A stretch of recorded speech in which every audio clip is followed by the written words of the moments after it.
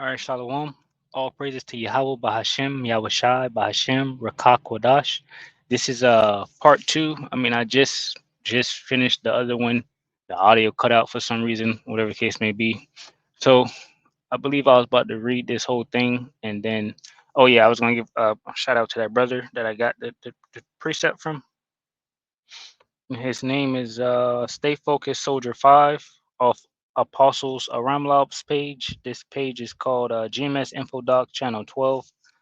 He's watching a video called E is Predictable. And he is predictable. All right. And it's pathetic. But anyway, let's get it. So, yeah, he gave me the scripture right here. And I'm going to just read it. You know, of course, it's going to be pretty dead because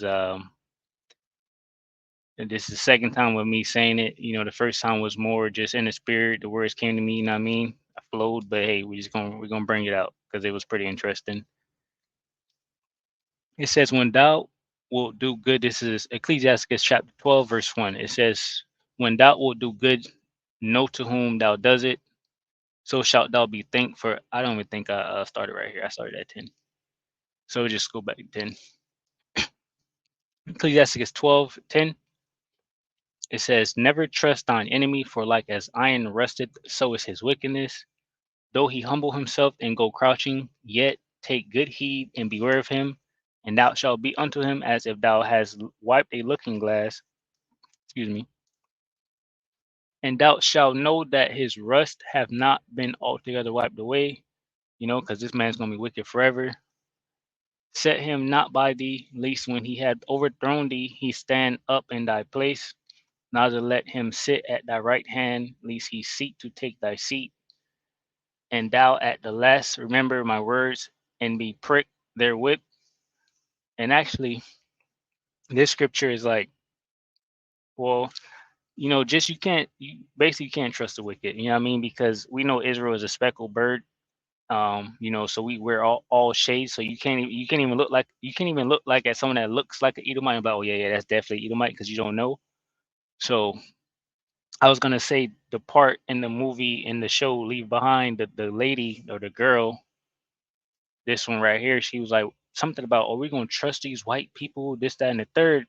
And I was gonna say, "Oh yeah, so you know, don't even sit," but you don't know who is who, so we'll just say the wicked. You know what I mean? So you don't want to be next to the wicked because this man don't want nothing good for you. Anyway, who will pity a charmer that is bitten with a serpent, or any such as come nigh wild beast? So one that goeth to a sinner is defiled with him and his sins. Who will pity? Right. So this is like a parable right here, and it's saying, who will pity a charmer that is bitten with the serpent, as in, you know, the people that probably sing to the snake, "Do-do-do-do-do-do-do," whatever, and any such come nigh wild beast. So like you going next to a lion and chop you up, you think we're gonna be upset? It's like, nah, I think, bro, you had that coming. You know what I mean? So it's like, so one that go up to a sinner and is defiled with him and his sins, who will pity, right? And the scripture says, you know, don't go with someone to commit sin, basically. So it's no pity for you because this is a warning right here. It says, for a while he will abide with thee, but if thou begin to fall, he will not tarry. Bro, don't care. He's gone, you know. An enemy speaketh sweetly with his lips, but in his heart he imagineth how to throw thee into a pit. And I said this scripture is deep because I went into Genesis 27. Let me see. Yeah. Genesis 27 and 41. It says, Esau held a grudge against Jacob because of the blessing his father had given him. He said to himself, the days of mourning for my father are near, then I will kill my brother Jacob. Right? So Esau's that wicked, right? It says, Ecclesiastes 12 or 17, if adversity, no. 16, an enemy speaketh sweetly with his lips, but in his heart he imagineth how to throw thee into a pit. So, like, the man talking, doing this, that, and the third, but the whole time he's just trying to figure out how to fucking destroy us, right?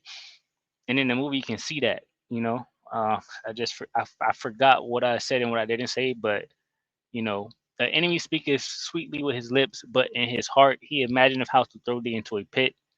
And there you go. That's just like what I just read in Genesis 27. Our brother, well, Esau is contemplating and thinking about using that crafty counsel on how he can destroy us. So he will weep with his eyes, but if he find opportunity, he will not be satisfied with blood. So He just want the worst for us, basically. If adversity come upon thee, thou shalt find him there first, and though he pretend to help thee, yet shall he undermine thee.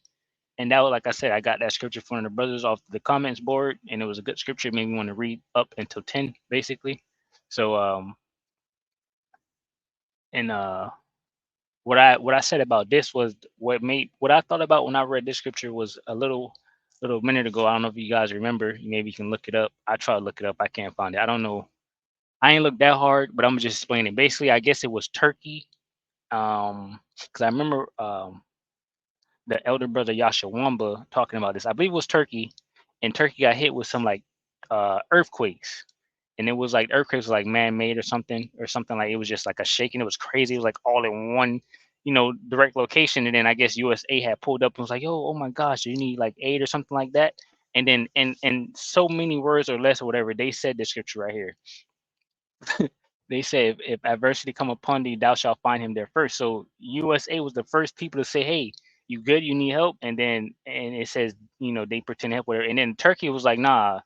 And they basically said this in so many words or less. They say, "Yo, you the first one to come here before we even knew we got hit. You knew." You know what I mean? So anyway, 18 said he will shake his head and clap his hands and whisper much and change his countenance. All right, so that's the wicked, and that was just like the last little part I had said pretty much.